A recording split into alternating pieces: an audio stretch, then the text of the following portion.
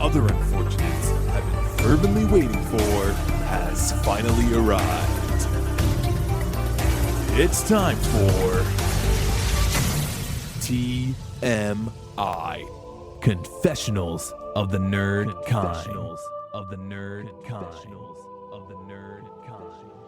And now, your hosts, Jeff Nerfherder Chandler, Jim Kaiju Baker, and Christina Yojimbo Henry. You can continue.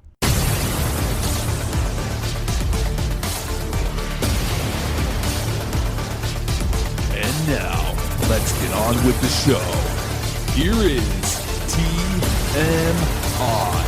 But the guy who runs that Incredicon that we did the show for a couple times, Mike Lopez, he had taken his son to go see League of Super Pets.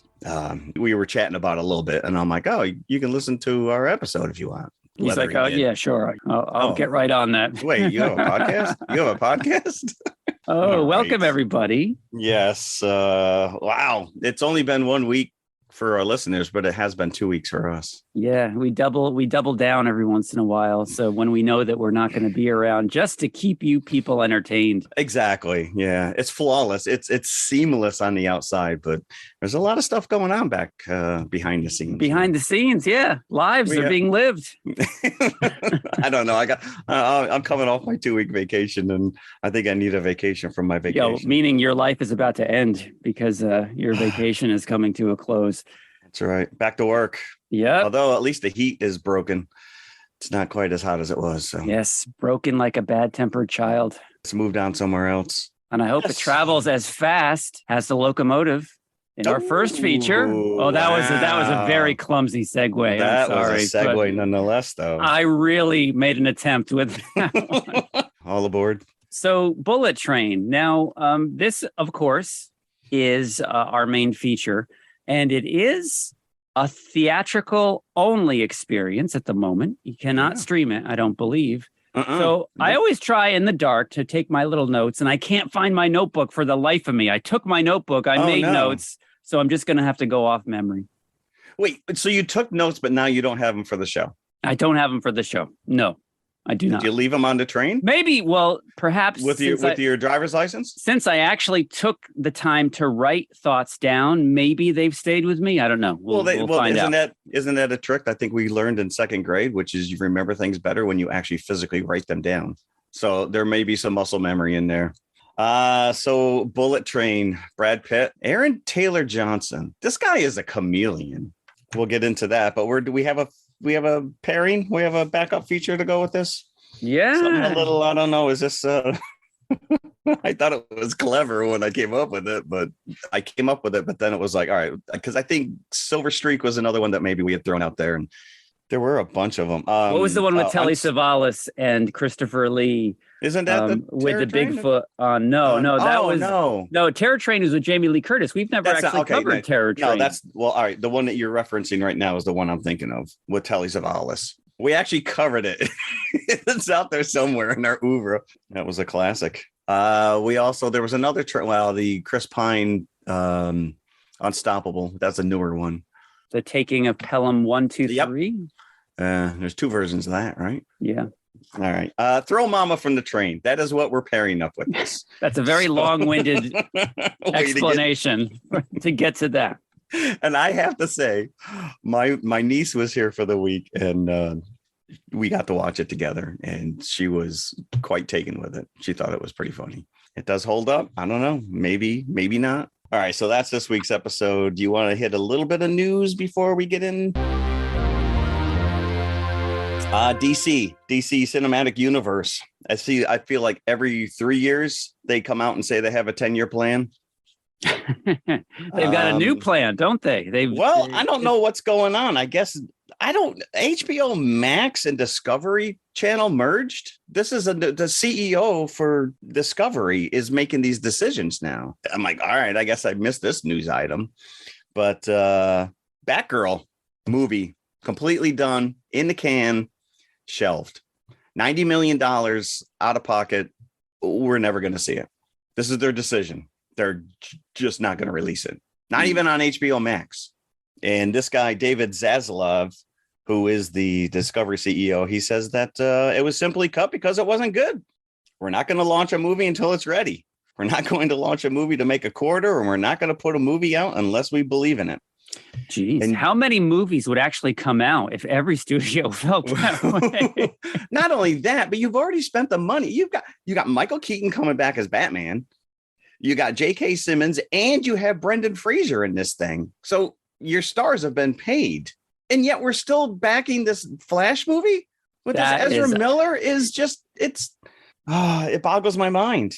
Speaking of the Flash movie, that's now pushed back to 2023. But just think of all the legal trouble he could get into between now and then. Yeah, you can't put him in bubble wrap. Apparently, this kid is a menace. But again, Leslie Grace, who actually played Barbara Gordon, she came out and she was thanking the crew. But now I want to see it even more. Now someone's going to start up the release. It's going to be just movie. like that, the Snyder cut, Right. So there'll be so much built up interest in it that they'll just make this a promotional opportunity. Do you think that that's what they're doing? It could be. I wouldn't put it past them. If that's the case, then that's so insidiously smart on them. Right. Because what kind of options do they have at this point with this? I mean, you're DCEU? telling everybody that this thing is complete. You have it in your. It's locked away in a vault somewhere. It's not like you got to add more money to bring back Hey, the director. do the same thing with Black Adam with Shazam. Well, nope, sorry. Nah, We're not going to release it. Sorry. They're like Disney. They just don't release them. They just put them right in the vault. That would be genius. They're trying to create audience demand by neglecting the audience of these movies. If that's the case, that is brilliant. That is brilliant marketing right there. You don't have to put any money into a trailer promotions. You just let it sit there and let it fester. Oh, I think we're on to you here, DC. I hope that they put this Flash movie away. Apparently, it's really good. They're still behind it, but yeah, this kid is becoming a problem. So I don't know. I guess we'll find out. Interesting. Disney Plus has released their third fiscal quarter numbers, and they're up 14.4 million subscribers. So what do you do with that? You hike your prices. They're now raising our rates from $7.99 up to $10.99 a month now, just for Disney Plus. But I guess there is going to be an ad supplemented version for slightly less. So now, just like Tubi, you're going to get it. So in the middle of your programming, it would have commercials will right? pop up. Yeah. So it's not just going to be sequestered to the beginning and the end of whatever you're watching. So here we go. We're right back to cable television. I thought that was interesting. Hey, we broke record numbers. They're sitting at like 152.1 million subscribers. And yep, they're going to raise. I think they're just testing us. They'll keep increasing their prices until. Well, that's what they do at the park, right? Until the audience reject them, and they haven't as yet. But the Disney Plus is good because they keep coming out with new content, and it's new content. Listen, between Star Wars and the Marvel stuff, they are at least coming out with new content. Look at all the people that dropped off Netflix. Maybe they're like, wow, maybe we can jump on that. We're only for $3 more a month. Because it's not like the early days anymore where you'd be waiting a year for the next show. It's like they're dropping stuff every couple months, it seems, at this point. Yeah. And Disney Plus is smart. It's smart in the sense that they're not dropping the entire series at once. They're doing one episode at a time, which is, back to old school water cooler moments to where you got to stay off social media for a day or two until you see the episode because someone's going to ruin it. But we talk about Stranger Things, which is, the season drops, you bang it out over a weekend, and now you're like twiddling your thumbs going, all right, when's the next season coming? You're not going to like this news, but I have to bring it up. Jake Gyllenhaal is apparently set to play Dalton in a Roadhouse remake. I saw this. I really hope this is conjecture and rumor. Like someone even went to the extent of putting Gyllenhaal's face on a poster with Swayze's body. I don't really. I think that this is just such a sacred cow movie that there are certain movies that it wouldn't matter who they got. They shouldn't be remade. No, right. We're speechless. I am speechless. Yeah, I know. I did want to just bring it up. So the only other thing we have to talk about is Olivia Newton-John. We lost her, 73. Yes. We did watch Grease last night. So holds up. Such a big part of growing up in the 70s and early 80s. Yeah. I had that physical album, that gatefold that opened up. And I remember going to see Grease with my friend when we were 7 years old in the theater. Did you? Seeing Grease now, it was very inappropriate for a 7-year-old, even if it was. I can't tell you how many years it was before I even got the I'm a defective typewriter because I skipped a period. I didn't get that for quite some time. So, but I do remember, I think in 6th grade, I was nerdy all into Star Wars, and all these girls had the Grease album. And they would bring it to school. It's not like you could play it at school, but they would bring the album and just look at the pictures and whatever. Yeah, and we'll just bring up Anne Heche as well, who we lost at 53. So, want to get into this Bullet Train? The new Brad Pitt vehicle. Ooh, a fast-moving vehicle. Do we want to talk trailers? Did you see trailers before this? I kind of like this now. I didn't see this at a Regal, so I saw it at a local. I didn't really see too many trailers. I don't even remember what they played. I think I only got one, as a matter of fact. Wow. Yeah. I'll bring up 2. The Invitation. Have you seen trailers for this? No. All right. It looks like a vampire version of Ready or Not. Oh, really? Yeah. I think they give way too much away in the trailer, but this might be a nice pairing with Bram Stoker's Dracula. Oh. So look it up. And then A Woman King with Viola Davis. And then once again, we're still getting the Beast. When you bang me over the head with these trailers, then again, the more I see that trailer, the less I want to see them. Yeah, no, I have no interest. Yeah. Oh, he's gonna beat the CG lion. So, anyways, all right, let's get into Bullet Train. It's, all right, Bullet Train. The station. So this has got a very Snatch, Kill Bill meets Train to Busan without zombies. This is what, David Leitch? He directed Deadpool 2. Yep. So it looks like there's a cross promotion, like a trade-in program going on here. Since Brad Pitt did a little cameo in Deadpool 2, you got to trade places here. So we also do get a superstar cameo at the end of this one. But didn't he also direct a John Wick or one of the John Wicks? Initially, I was going to kind of refer to this as very Tarantino-esque, where you got the multiple storylines all intertwining. But these fight sequences are like straight up Jackie Chan, just super high-end Jackie Chan fun fight sequences. So, but I did take my 16-year-old niece to see this, and she thought it was too long and weird. Too long and weird. I will agree with the first assessment. I think it was too long. I think for a movie that's called Bullet Train, it needs to move and get out. It needs to get in, get out, station, boom, and just keep you reeling throughout it. At 2 hours and 16 minutes, it is about 25 minutes too long. Well, I will say that the third act really drags, but it was nice to look at. I thought it had a fun soundtrack. Brad Pitt plays mercenary, hero for hire, Ladybug. You never really know. Yeah, no, we don't know his name. We just know he's kind of on the tail end of his career, so to speak. Brad Pitt or Ladybug? Well, both of them, I guess. I don't know. Listen, I still enjoy him. He's enjoyable to watch in this, and the character is likable. So he's this mercenary who's taken a job.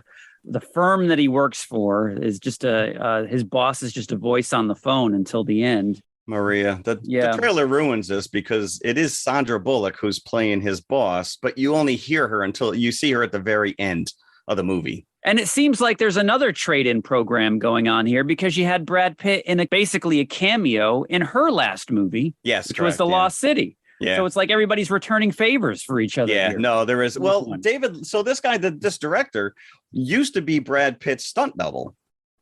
Oh, really? Yeah. He was a stunt double for Fight Club, Ocean's 11, Troy, and Mr. and Mrs. Smith. But in this one, Pitt did like 95% of his own stunts. And it's very obvious. There are a couple little cheats, but it's a very self-contained. This was all filmed on set somewhere because it's a train. So, but like you said, it's Train to Busan, which is a completely different type of movie, but it's, you're trapped on this train, and there's lots of kinetic energy because of that claustrophobic feel. No, I thought the cinematography was, because again, how many camera angles can you come up with or manufacture in this? A guy walking through a train or sitting at a booth. So I thought they did a pretty good job. But as you said, this is like a Tarantino-esque in the sense that you have all these different characters that are introduced seemingly at random, but of course there is no random in most movies. They're all intertwined in some way, which you find out by the end. Brad Pitt is this mercenary who you're introduced to first. He's on this train to snatch a briefcase. Yeah. And that's his only job. That's it. Just to get the briefcase. Get in, get out. He seems a little inept, though. Like, Yes, he he immediately does. loses the key because the guy runs into Well, him. that's what he says, that he has bad luck, which is completely the opposite of what is actually happening to him, because every piece of what he considers bad luck turns Is out to actually be good luck for him. It's maybe bad luck for everybody around him, but for him, it's good luck. There's a lot of collateral damage. And then you're introduced to the pair of assassins or mercenaries or whatever you want to call them. The twins. Lemon and Tangerine. Yes, are their names, and they're like a married couple. These two reminded me a lot of the two agents in the first season of Umbrella Academy. But they seem very, very likable. I did read an interview with Aaron Taylor Johnson. I stumble over anytime someone has three names, I screw it up. But most of their stuff was very ad-libbed. They just really got along great together and just kind of fed off each other. So, and it comes across on the screen. Yeah. The actor who plays Lemon is Brian Tyree Henry, another three named. But he played that conspiracy podcaster in the last Godzilla versus Kong. Yes. And I loved him in that. Yeah. And he is probably the highlight of this movie as well, because the stuff he does with the Thomas the Tank Engine, I loved it. Because my son loved Thomas when he was small. So I'm familiar with all these characters. So I knew exactly what he was talking about. Are you a Percy? I could be. I don't know. Yeah, you don't want to be a diesel. And that was I laughed every time, like, you're a diesel. I am not a diesel. It was great, right? Because he was getting chided for using this Thomas the Tank Engine as a euphemism. And at the same time, by the end of the movie, they're all referencing it. So yeah. So these two are on the train because they have been tasked to not only deliver this briefcase that Brad Pitt's character has been hired to steal from them, they're also delivering the son of a very, very scary gangster who had been kidnapped back to the gangsters. So these two mercenaries have not only rescued, quote unquote, the son, but they've also recovered the ransom money, which is what is in that briefcase. Yes. I'm glad you're recapping this because I had a really hard time after a while following the plot line or caring who ended up with this damn thing, because there are a lot of different characters. Now, these two aspects, the Ladybug and then Tangerine and Lemon, are only a small percentage of the characters that are involved in this movie. Mm. Next, you have a character by the name of the Prince, who is like a 16-year-old schoolgirl who has pushed a kid off a roof previous to this, put him in the hospital, and now she has his father doing her bidding, or she is going to have someone kill this kid in this hospital. Yeah, bed. I never once felt that this little kid in the bed was in any kind of mortal danger. And I'm like, you're not going to kill this kid. So the character of the father is just known as the father. His father is known as the elder. The father and the grandfather of the kid that's in the hospital bed. This 16-year-old girl is using him to get to this gangster that Lemon and Tangerine are returning the briefcase to. Yeah. So they're all on the same train. Yeah. Then you have another character called the Wolf who gets on and has a fight with Brad Pitt, and he's tied to this gangster. Then you have a character called the Hornet who, speaking of Deadpool 2. Yep, Zazie Beetz. There's a snake that's been abducted from the zoo. Snakes on a train. That has a venom that causes you, before you die, to bleed out of every orifice. And the Hornet uses this venom as her specialty in killing her victims. So all these people are on this train looking for this briefcase or trying to kill somebody that's carrying or after this briefcase. And spoiler alert, it turns out that all these people have been hired in one way or the other by the White Death, who is the gangster that everybody is scared of in the Well, it's movie. Zod. Neil before Zod. That is Michael Shannon from the Yeah, before you get Horrible. excited, it's Yeah, not no, Terrence Stamp. It is no, not that would have Terrence been that Stamp. would have been Yeah. beautiful casting right there. No. And it's funny because when he finally, because he's like this mystery character that everyone talks about, but you don't really see him until the end. And the minute I saw him, he's got this long white glowy hair, and I'm just like, wow, I know that guy, but I could not put a finger to it until afterwards. The dialogue is really great as well, and it's funny, a solid entertainment. Now, the elephant in the room is that this is based on a book by a Japanese author, and all these characters were Japanese in the book. I went into this not reading the book, and I'm thinking I'm just going to go into this clean. Yep, correct. Yeah. And I'm just going to take it for what it is. But you cannot help, even with that frame of mind, you cannot help but notice that, okay, this movie is set in Japan. It's on a Japanese train. Every single major character, with the exception of two, are Western. And the only other Japanese characters are subservient. They're just the people taking your tickets. And even if I didn't know about this controversy, I would think, okay, that's kind of iffy that they're doing this, because this could have taken place anywhere. So I understand why there's controversy. But even saying that, I read something where the author has no issue. Well, that's exactly what I Yeah. was going to bring up, which is so Kotaro Isaka, who wrote this, Maria Beetle is the title of the actual novel. And he was asked this point blank. Yeah, because, you know, there are people that are screaming that Hollywood is co-opting Japanese culture in this regard. And he basically came out and he says, I regard my characters as ethnically malleable, and maintains his original Japanese setting and context do not matter as much as the story's ragtag crew of killers, as not real people, and maybe they're not even Japanese. He goes, I don't have any feeling of wanting people to understand Japanese literature or culture. It's not like I understand that much about Japan either.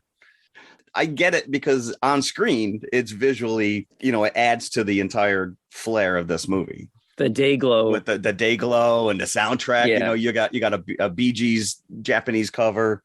But you're right. I mean, you know, they're on the car, and there's one scene where he's having a fight with Lemon, and the lady, she's like a little white lady that's shushing him. It's like, you couldn't even be, you know, Japanese. What is it? And then you get Channing Tatum in a cameo role as just a passenger. You know, you bring up that uncredited Channing Tatum. There's another character that I guess Brad Pitt's character, Ladybug, keeps being mistaken for Carver. And because that's the argument, that he shouldn't have been here to begin with, because Right. Carver called in sick. Yeah. And that's a 2-second Ryan Reynolds cameo. Which is probably 1 second longer than Brad Pitt's cameo in Deadpool 2. That is true. I actually had to explain that to a couple of people. I said, he played the Invisible Man. They're like, what? I said, yeah, watch it when he gets electrocuted. That's Brad Pitt. Yeah, I mean, here's the thing, which is when you have a movie like Parasite that can win Best Picture, and it's a foreign film, you would think that American audiences would be okay with setting this in Japan using actual Japanese actors. But they didn't. The studio chose to go this route, and it is what it is.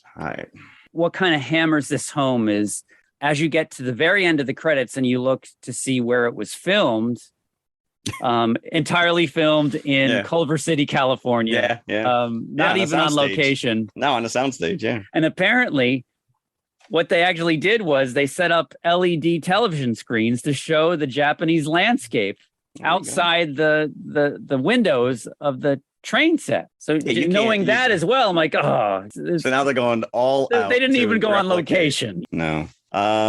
But having said that, it is a fun ride. So not even taking that into account, it is very entertaining. And again, if it was, 25 minutes shorter, I think it would be better than it is. Movies like this, you want it to move fast. After it's over, you want to not know what hit you, you know?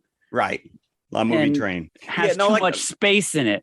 Well, like I said, it doesn't the need third act comes to a screaming halt where everyone magically comes back to life.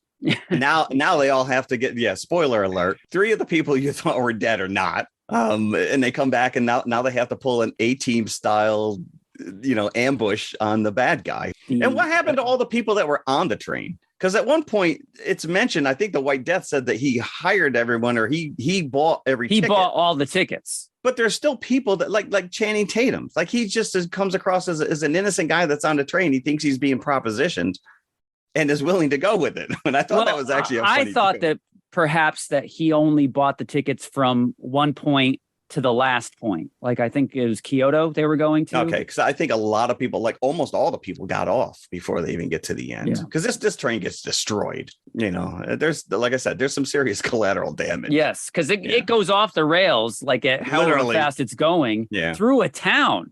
So you're like, how many people died? You know, again, it's like Man of Steel all over again. Yeah, exactly. Right. Zod. I should have broken his neck. Did you catch who was playing the conductor? No, I did not. That was Hero from the Heroes TV show. Yatta! Yeah, he's How the Mighty Have Fallen, huh? That guy had a promising career. I don't know what happened, but he's got a little cameo in here. And that was it. Yeah, I guess apparently the studio saw dailies with Aaron Taylor Johnson, and this is what got him the Craven the Hunter job. We got that to look forward to, or not. Yeah, Aaron Taylor Johnson, I think he's of that caliber of actor, like a Tom Hardy. You know, these actors that kind of follow Daniel Day-Lewis, that career trajectory where they completely disappear. Yeah, no, like I said, this guy's a chameleon. Like you think about, well, he was in Tenet. He was obviously in Kick-Ass. He played Quicksilver. So he's been all over the place. I did read that Sandra Bullock replaced Lady Gaga. I guess she was busy.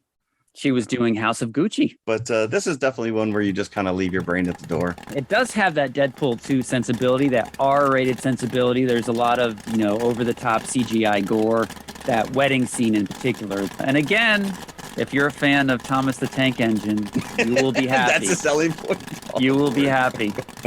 It was entertaining, and I enjoyed it so much so, I think that I'm going to give it 3.5 buckets, just for taking it for what it is. Okay, I was waiting to see if I was going to have to apologize for saying that I found this entertaining, but I 3.25. I'm saying that I do understand the complaints. I'm not arguing those points at all, because I see where there's a point to be had there.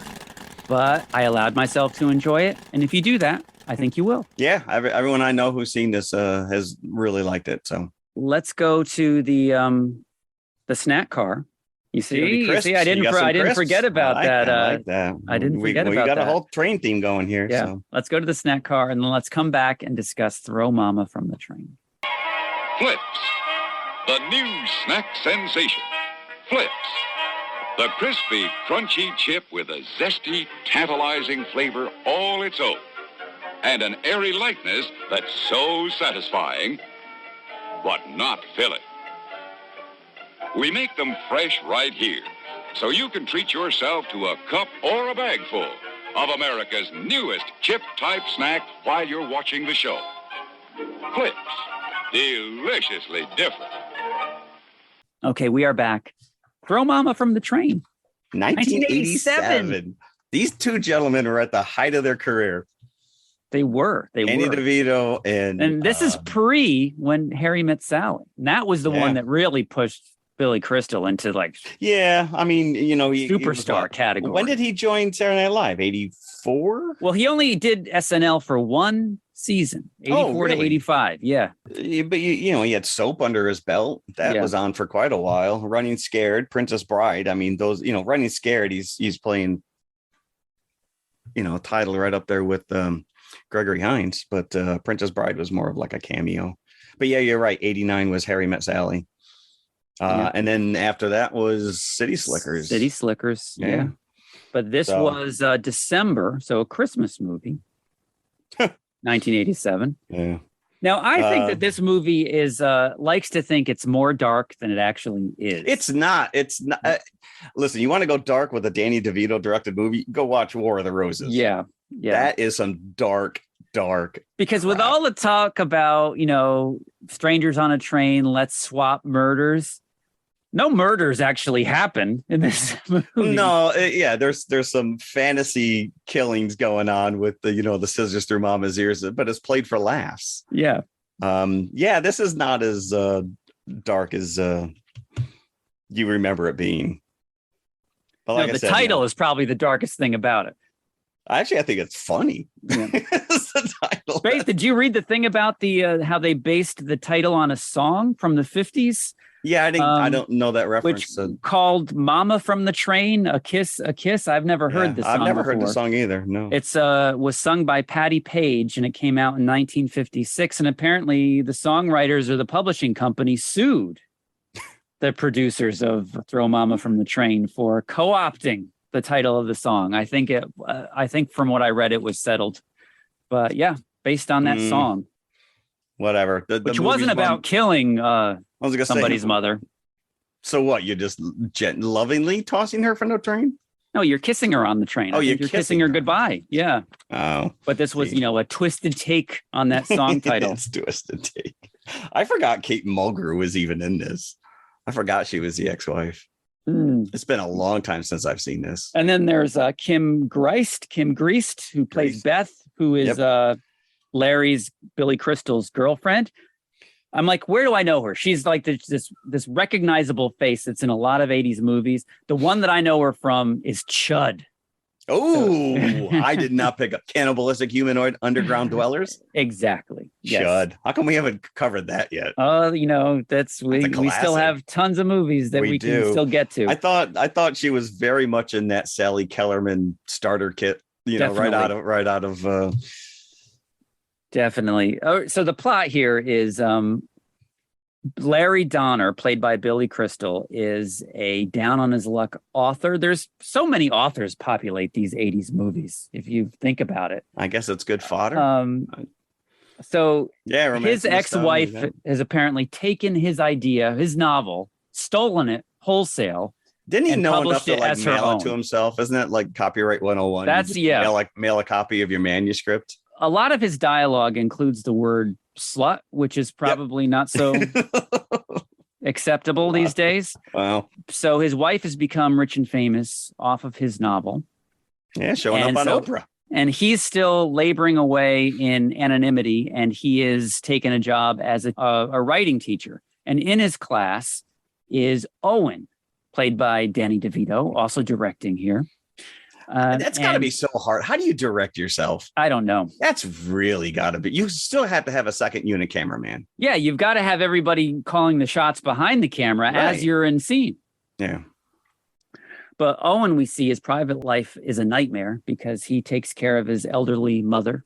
His father has died out of the picture. His mother is always haranguing him, smacking him, hitting him, chop, Owen, demanding of him. So he is held captive in a way by his mother. Yeah, you really feel bad for this guy. So he often has daydreams of murdering her, like bringing her drink, her tea, and like putting poison in it, and what have you. Pepsi in the teacup is and he actually bougie. does it. This is probably the darkest part of the movie. He actually does put the poison, but then he knocks it out of her hand before she can drink. You know what's funny? There's that close up as she goes to take a sip of the teacup, and she's got this massive mustache. And I'm like, did they like bring in a stunt double just for that close up scene? But apparently, she does have a little bit of facial hair, which adds to it. I listen.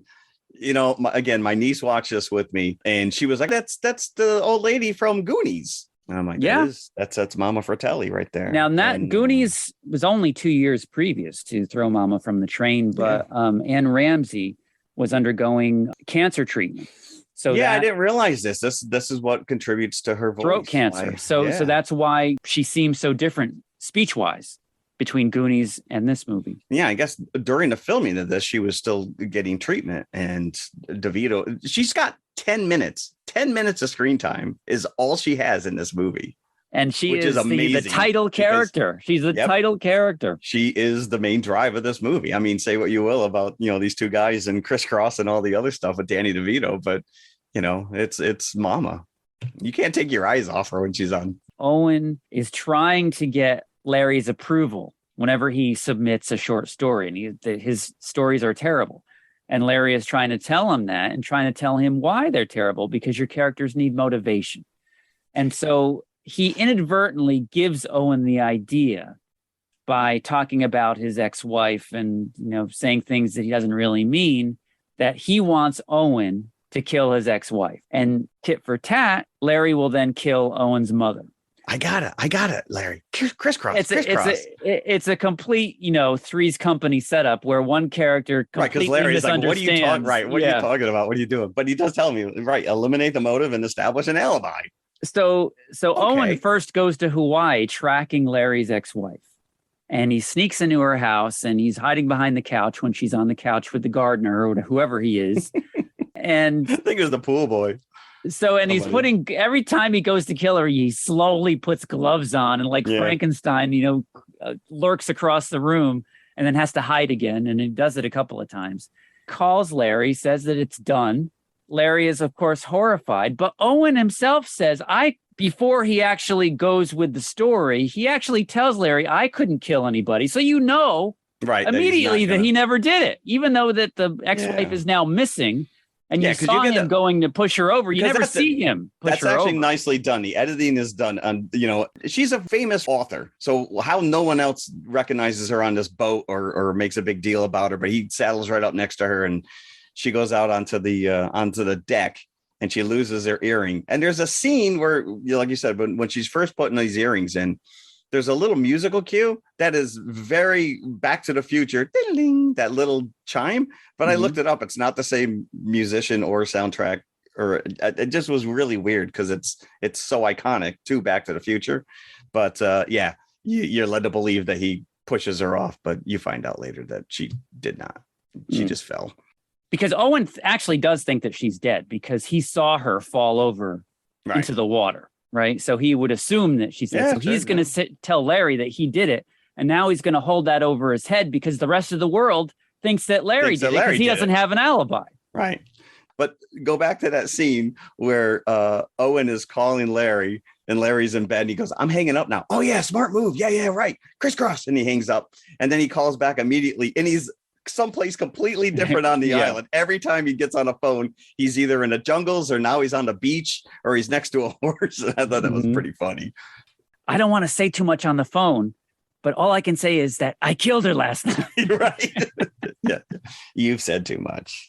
And if this guy's a writer, how does he not own a thesaurus? I know. And if you're having so much trouble with the night was, try another sentence. Correct. Probably one of the most cliched opening sentences. I think even ever. Snoopy started every one of his. Yes, exactly. I did like the fact that, go back to Larry's class and he's reading some of the stories. And the one guy, Pinsky, it's 100 women I like to pork. And it's very apparent that they say the F word and they dubbed it because I guess they didn't want an R rating. But at the end of the movie, you see that table book, the coffee table book on Larry's. So the guy got published, and it's just a laundry list of famous people that he wants to pork. So the one scene when Larry comes to his house and he first meets Mama, there's a scene where Owen brings him to come see his coin collection, and this scene kills me. It really does, because at first Larry's just like, these are just regular coins. They're just, nickels and dimes. You want to see my coin collection? He brings them out and he's like, that's a nickel. There's another nickel. That's a dime. This one's a quarter. And then he starts telling the story that, when my dad took me to, Coney Island and this was, he let me keep the change. And you see that this guy is a child. He's browbeat by Mama. He's never done anything with his life. He's taken this grown man's, book writing class, and it's just it's heart-wrenching watching him and that actually that's more than anything makes you sympathize with Owen. I think is that scene with the coins. Although I was trying to eye up because he had a bunch of comic books and I'm like, I'm pretty sure that those books are probably worth more money than those coins, but I couldn't tell what he had there. Owen kept going bowling, but he was the only one there. Was he on a bowling league of one? That just accentuates how sad his situation is. I guess that he doesn't even have friends to go bowling. And I think that in part, at least, must have inspired the Big Lebowski in some way. That scene where Mama is set up as the bowling pins. Yep. And you see from the point of view of the bowling ball. Yeah, there's a lot of fun little fantasy scenes going on here. Like I said, I brought up the one where he daydreams about shoving the scissors through her head, or he tries to kill her with a trombone. I just had the worst dream. Louis Armstrong is trying to kill me. Yes, that was funny. Yeah. So what does Larry have to gain if he kills Mama? That Owen is not going to turn him in? Because it's not like Owen can clear his name. It would implicate himself if he did that. Right. So I think you're already looking too deep into yeah. this. But they're on their way at one point towards the end. They're on their way to Mexico on the train. Owen, Larry, and Mama.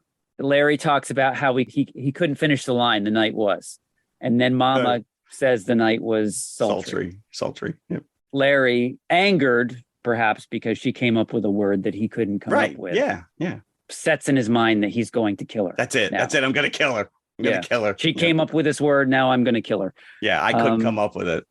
And so, and his line is, "I'm going to kill the bitch. Want anything?" And Owen's like, "Yeah, you can get me a chunky." Yeah, do they still make chunkies, by the way? They do now. Do they? Now, I was thinking about this the other day. Tell me if you remember, but they used to have varieties of chunkies back in the day. Okay.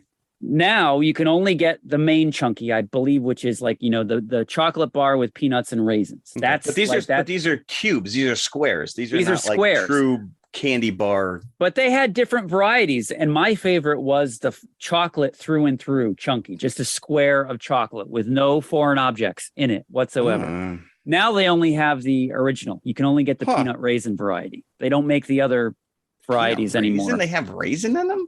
They have raisin. Wow. I'm not a big fan of raisin. That. I like raisin bread every now and again. So anyway, so Larry makes up his mind that he's going to kill Mama. Now Owen is changing his mind that he's going to save Mama from Larry. Hilarity ensues. Another Three's Company-esque, there's a tussle on the train and everybody ends up okay in the end. Except for Mama, because a year later she has passed away. And unfortunately, the same thing happened with Anne. Yeah, Ramsey. in real life. Real life. Yeah, 88. Yeah. Yep. So Larry turns it into a book. He always tells his students, write what you know. Yep. So he turns this experience, he gets inspiration and he turns it into a book. Owen contacts him, tells him that he's using this. I thought he had just finished it. I thought he had just finished his book. So what it turns out is because Larry is freaking out again because now he's... Well, once again, someone's stealing his story. Owen has beaten him to it. Yeah. Because it is really, to be fair, it is Owen's story as well as Larry. Yeah, but he didn't think that he had it in him to go and write a book. Mama, what is it? Mama and Owen's friend Larry. Yeah. Oh, Larry meets with Owen and it turns out it's a kid's book. I'm like, what kind of kid is going to want to read this book? We're going to go. Yeah, or what kind of parent would buy this book to read to their kid? Yeah. Mama and Owen's friend Larry. Yeah. And then, of course, we find out that the ex-wife was never dead. She just went missing for a little while and turns up at the end. And then she writes a story about it. But Larry was so incriminatingly guilty by that point. I would think that he'd get arrested for plotting her murder. But they just drop it. Say, happy ending all around. Like I said, you're looking too deep into I am. I do want to point out that the scene where they go through the tunnel, that is, we've seen that twice before in Back to the Future and in Roger Rabbit. That is the observatory tunnel. That same tunnel. Yes, you're right. Los Angeles. Yeah. I pointed it out. My wife is like, how do you know this stuff? And I'm like, how do you not? Because it is unmistakable, really, that tunnel entrance. Yep. You've seen it before when that comes up. Obviously, one of the more famous scenes is when they're sitting at the table and Owen is trying to lie to Mama. And he says, oh, it's my cousin Patty, our cousin Patty. He's going to stay with us. You don't have a cousin Patty. And he just looks at him. He goes, you lied to me. And it hits him with the frying pan. Yep. It's very apparent that it is a rubber frying pan, but the sound effect sells it. And I guess they had to do it like 12 times. Whack him one more time just for good measure. I'm like, I guess when you're the director, you're like, you know what? Let's do it again. Right. But Mama doesn't question it. He continues to live there. He does. Yeah. Although at one point she thinks she kills him.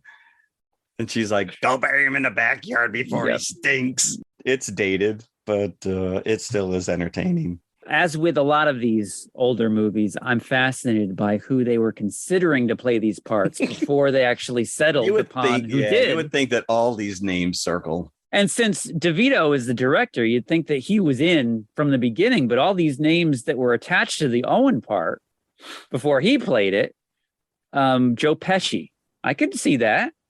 John Candy, yeah. Dudley Moore, Oh, I saw Robin Williams as well.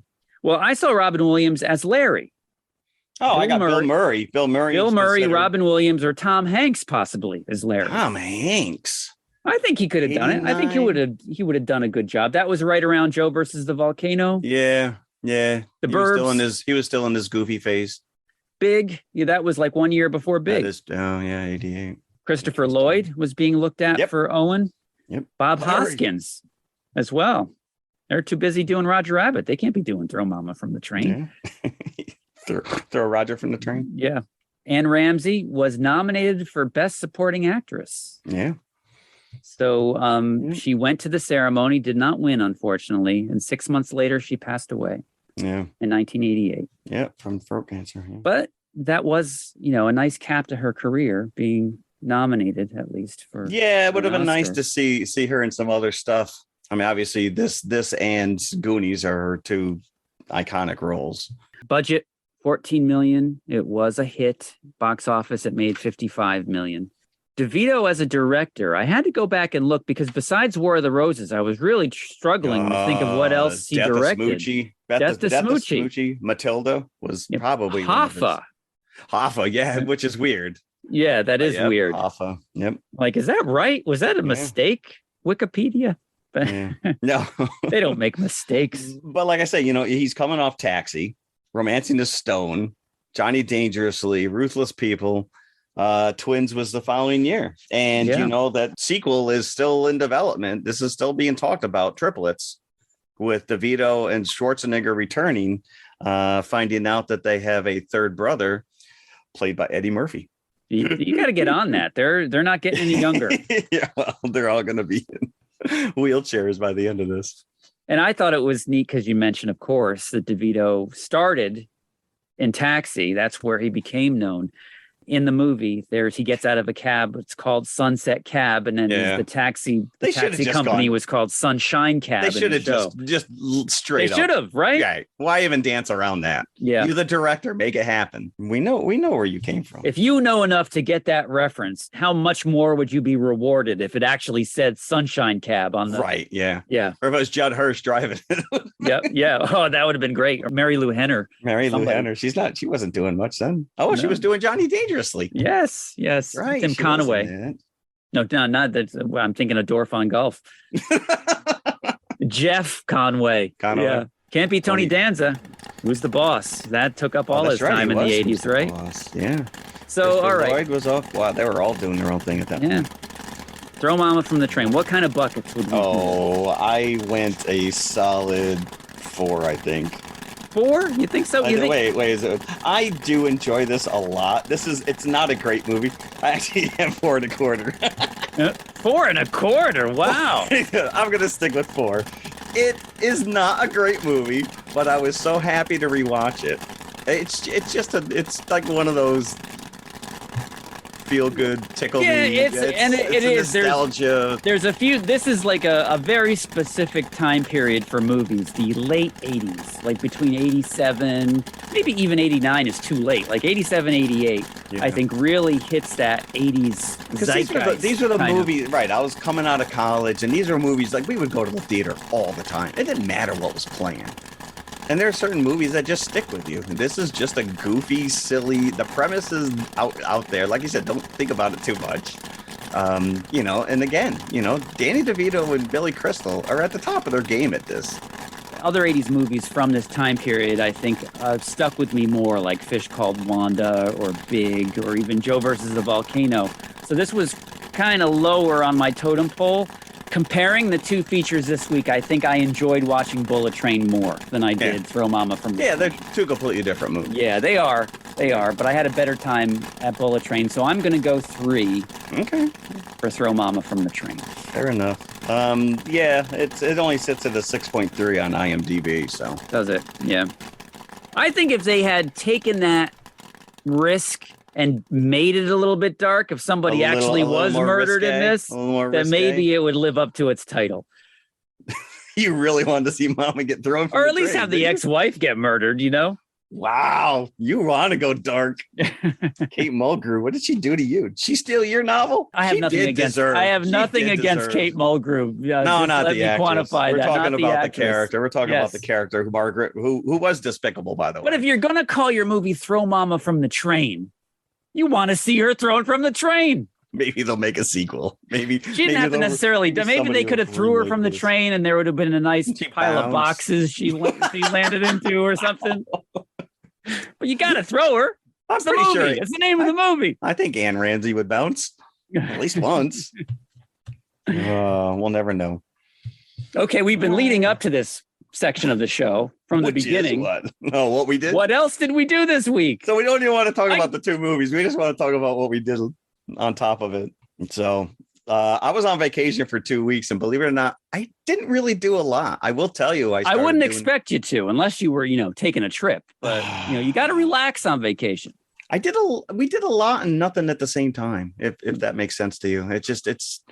I got to reconnect with some of my family at the reunion. Brought my niece home, as I mentioned, and we just kind of chilled. We did little day trips and little things or whatever. I actually jumped ahead and watched next week's main feature. So I've already got that under my belt. But I did watch the first 2 episodes of Paper Girls, which is on Amazon Prime. It's being touted as the new Stranger Things.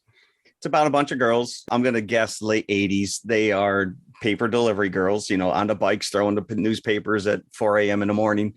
And there is a world-changing cataclysmic event, and it may and may not be time travel involved. Oh, That's all I'm going to say. I know you love your time travel. I do. I know. I'm a sucker for it.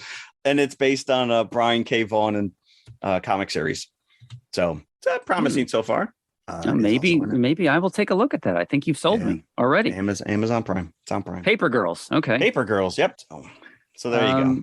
So what I did was, and this is kind of late in the game, I didn't know this was coming until just a couple of weeks ago. Not even that. They re-released E.T. this past weekend in IMAX theaters. I don't think they do a good job of promoting this stuff. No, I don't even know how I saw it. I think I randomly saw it on Twitter that somebody reposted the IMAX advertisement for it. As soon as I saw that, I'm like, oh, this is a great opportunity to go see it and to share the experience with my son. I attempted to get him to watch it, but he was too young. Yeah, we got to the point tough. where E.T. was, on his deathbed, and he wanted to stop. He's like, I can't. Yeah, can't no, take this is anymore. my sister is still traumatized. She was 4 when we went to go see this in the theater, and she to this day will not watch it, will not share it with her kids. No, it's heart-wrenching. But it is tough. So I want to know how he came out of this theater. IMAX. Fine. And he didn't fight me on it at all. I don't think he had a memory. It was too long ago. Blocked it away. Yeah. We go to Danbury because that's the closest IMAX to us. So you're traveling an hour. Traveling an hour to get there. So it was an early show. It was 12:15. And there was maybe 5 other people. I was going to ask how many. So this was prime. So we got there before anybody else did. And we were in the middle of the theater, center row. So we were right there. You got the sweet spot. in front of the IMAX screen. And let me tell you, the picture is so clear on this. It was too clear because it revealed. You could see the matte paintings. You could see although, the artistry is amazing. It was actually very interesting to me to be able to see what they did here because like the night sky in the beginning, I'm like, that kind of, I could almost see the paint lines. This is so clear on the matte painting. That's a little much. But it was great. It was what you would expect an IMAX to be, and it was completely cleaned up, crystal clear. How was that soundtrack? The soundtrack was phenomenal. There was lots of surround sound going on, especially. I was going to say the keys behind you. The beginning when all the different trucks are pulling up and the headlights, you hear trucks behind you, like in the woods. Now, I was very concerned because when I purchased ET on DVD, it was the one that had all those CG scenes added Yeah, to it. they're carrying walkie-talkies and not shotguns. It was almost like the Star Wars re-releases where there were all these CG scenes of ET in there. So I'm like, I don't stop. That was the DVD that I had, and I never wanted to watch it because it was messed with. Yeah. So I was hoping that this would be the original version, and it was. Okay, all right, that was my big question. Because I know Spielberg. Once again, how is it that these studios, this guy who has so much power at this point, was still bullied into doing the director's cut of Close Encounters? He caved in on that initially with replacing the shotguns, and then immediately went back and said, you know what, we're putting it back. So I can't remember if there were shotguns or not, but I can tell you that they had no CG shots of ET, okay. like I'm the DVD version that I saw. Yeah, it must have been. But it was great. E.T. has never been like on the top of my list like a Star Wars is, or it hit or you Jaws. much differently. It's I think when it was released, I was 11 on the cusp of 12, and I was maybe a year or two too old for it. I remember thinking when I saw it first that I liked it. Yeah, but it was just a couple of years below me, schmaltzy. So I appreciate it much more now than I did when I was first seeing. I think now that you're a father too, it hit you differently as a little kid. Because a lot of like those, where he's bonding with ET, and that scene where he's in the school and ET's getting drunk at home. Like as a kid, you don't really kind of understand what's going on there, that they are symbiotically connected. I didn't pick up on that at all. Like, because I remember thinking when I was, and it's pretty obvious now, they take pains to explain that they're connected in some way. Yeah. And what's funny is when E.T. is, all white and he's on his deathbed and Elliot's next to him, the electrodes stuck all over them. Yeah. And they have their two. I got goosebumps just thinking about this scene. And they have the monitor, and it has Elliot's lifeline and it has E.T.'s lifeline. And they're like, it actually says it's labeled Elliot E.T. with the really? two lifelines. I'm like, how do they know to call it E.T.? It's an extraterrestrial. Yeah. His name was Bob, by the way. But a couple of comments. I know that we're not talking officially about E.T. We've never covered E.T. It was very easy. Once E.T.'s body, it's a given. The government does think that he's dead, right? They have him in a cooler and they've got him in the van. These two schlep, they schlep him into the van, these two guys. Okay, we're done. Let's go get some coffee. They leave the van unattended with an extraterrestrial body. So these two kids, not even sneak, they just walk right by everybody, get into the van and steal it. So that seemed a little bit, just a tad too easy for them to do. And when E.T. is masquerading as Gertie with the ghost. Oh, yes, the ghost. Yeah. E.T. is at least a foot shorter than Gertie is. And Mom could not realize that. Couldn't he just raise his head up to be taller? And you saw the shape of E.T.'s head under that sheet. I'm like, that is not Gertie. Well, Mom was not the most put together mom to begin with. This is true. She was oblivious to anything that was going on. I had forgotten, or maybe I never even realized that. See, Thomas Howell is in this. He's one of the friends. Yeah. I actually got into a fight with a girl in college because this was screened at our little theater on campus, and we walked out, and she was just adamant that George Lucas had a cameo as one of those guys in the end, and I had to put my foot down. I said, "There's no way that I would have known that. If George Lucas is in this movie, I would have known about it." Mm-hmm. And we got into a big fight over it, and I look back and I'm like, I'm still standing by my statement. Speaking of George Lucas, E.T. is like, it works as a commercial for Kenner because Elliot has so many Star Wars toys. Sure, yeah. And he's got boxes too. He's got empty boxes for those toys. I got to go back and watch that. The picture was so clear. You could see everything on his shelves. Yeah, because that's really dark. Those scenes inside the house, like they didn't have a light. Out of necessity, because you want to keep E.T. in shadow, right? Right. Yeah. But let me tell you that still to this day, a great effect. Because you could tell when it's, in the long shots, it's a little person in a suit. Right. But there are some things like when you see like over Elliot's shoulder and you're looking at ET emote and you're looking at him move, it looks stop motion. But I don't believe that it is. I think it's all animatronic, and it's. I'm going to bring up a name. I'm going to bring up one name. Carlos Rambaldi. Yes, I believe he won an Academy Award for that effect. Yes. For ET. Poor guy. We can't go an episode without mentioning him now. Go back and listen to our King Kong episode. We're like, who's this guy, Carlo Rambaldi? I know. We completely dismissed him. We just brought him up on something else, too. It's like a weekly thing now. Yeah. So go back to that scene where they're in a Halloween and he sees the Yoda mask. He's like, home. So of course in what is it? The Phantom Menace, they had to go out of their way to create a race of ETs in the Senate, thus putting them in the Star Wars universe. Yeah. Mm-hmm. So that means that not only is Star Wars set in our universe, but apparently these creatures can get here. They're horticulturalists. He knew Yoda. Yeah, they're just coming to our planet, taking plant samples. Yeah, and that's the reason that he was stuck, is because he wanted that one plant. And they're very impatient. Those guys are very impatient. I'm like, he's not back. Listen, they got people to probe. They got things to do. And they got Peter Coyote coming after him as well with his keys. Peter Coyote, yes. Yeah, the key guy. But they go all the way home. They know that they left him. This is like Home Alone. This is Home Alone, right? Why does it take him to have to call them to get him to come back? Nobody realizes that he's missing. Well, because the one guy, like, I don't know if he was the leader of the ETs, was waiting for him at the door before they took off in the beginning. Is he like? So they knew that he wasn't there. I bet you he probably had a history of this. Probably wandering off. They probably left him on other planets as well. No sense of urgency, this guy. No.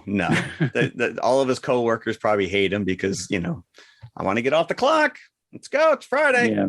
Get to the pub. But yeah, it was a really great experience to see it in IMAX. Awesome. And I cannot wait. In 3 weeks, they're showing Jaws in IMAX. Oof. Do you ever see where they show Jaws like in a pool?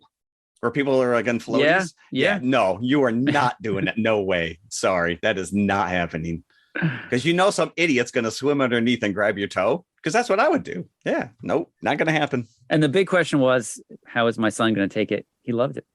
Oh, very cool. We walked out of there and he was like, that puts other 80s effects to shame. Wow. Look at him. We need to get him on the show ASAP. Yeah. Yes. He's going to be Carlos Rambaldi's number one fan. Yes, he will. He will. Very cool. So there you go. We don't need to cover ET now. No, we do. We definitely do. I wish I had seen that. I want to see this would have been it's too bad that we didn't know this, ahead of time, because this would have been a perfect opportunity for us to, talk about it proper.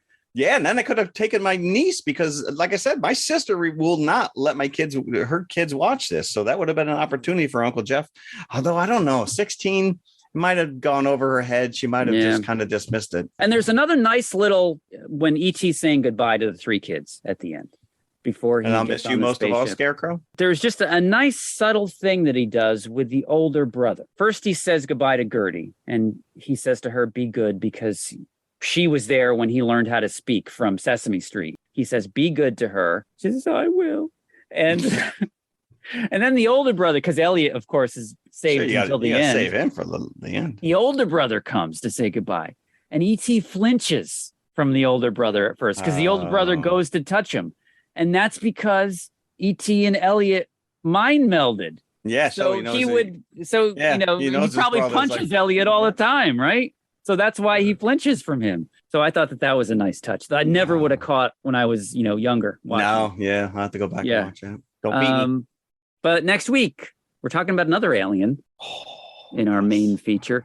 You already have given away that you've watched this. I watched it last night. Yep. I haven't watched it yet, but this is blowing up all over social media. People are loving this movie called Prey, which is another, what number Predator is this? I don't know, but the genius of it is the sense that when it came out or when it dropped, like nobody really had any idea that this was a Predator movie. Yeah, the way that it's sold is it's this indigenous warrior girl is out fighting something, and I think it's at the very the end of the trailer that you realize that it's a predator. That's not really a spoiler because that's like an open No, it's secret not. at But this I will point. tell you, watching it last night with my niece and my wife, who's really big into the Native American culture and can kind of school you on some of that stuff. We were about an hour into it, and then she was like, "Wait, this is a Predator movie?" And then it kind of freaked her out. So I'm like, "Okay, that's where you walk away." So I'm just glad that we're finally watching it now, so I don't have to we've been talking avoid about it for I think social media. Mike actually threw it at us a while ago, and I didn't even know anything about it. This is on Hulu. And we decided, well, let's go back in time again with our next movie. Not necessarily do something Predator-ish. So we're doing Apocalypto. And I'm very excited for this. I do own this on Blu-ray. It was gorgeous to look at in a theater. So, and it's on Amazon Prime if you have a membership. So please watch along with us. Cool. Nice. If you're apt to. And we're also going to talk about the fact that Stephen King has come out and he has pitched a Predator / Children of the Corn movie. I'm like, is he trying to be relevant again? What's he doing? I'm listening. So, all right. So there you go. Yeah. So next week, Prey and Apocalypto. Yeah. So get off the train. This is your last stop. Everybody off. Thanks for listening. See you next week. You got it. Bye. Hey, everybody. If you like what you just heard, be sure to follow TMI Confessionals of the Nerd Kind on Apple Podcasts, iHeartRadio, Spotify, or whatever you listen to your favorite podcasts on. Be sure to hit that subscribe button and then share it with your fellow movie nerd friends. It means the world to us and helps our listenership grow. You can also find us on all of the socials, Instagram and Twitter at TMI_podcast 2018. We're on Facebook and YouTube as well. Just look for the Popcorn Bucket. You can help support this show by visiting our TeePublic page for some TMI branded goodies such as hoodies, t-shirts, mugs, and stickers. TeePublic.com/TMI Confessionals, all one word. A 5-star review would be incredibly nice as well. I'm just saying. Thanks again for listening. We truly appreciate you. Be sure to come back next week. We'll save some popcorn for you. Chop, chop, Owen.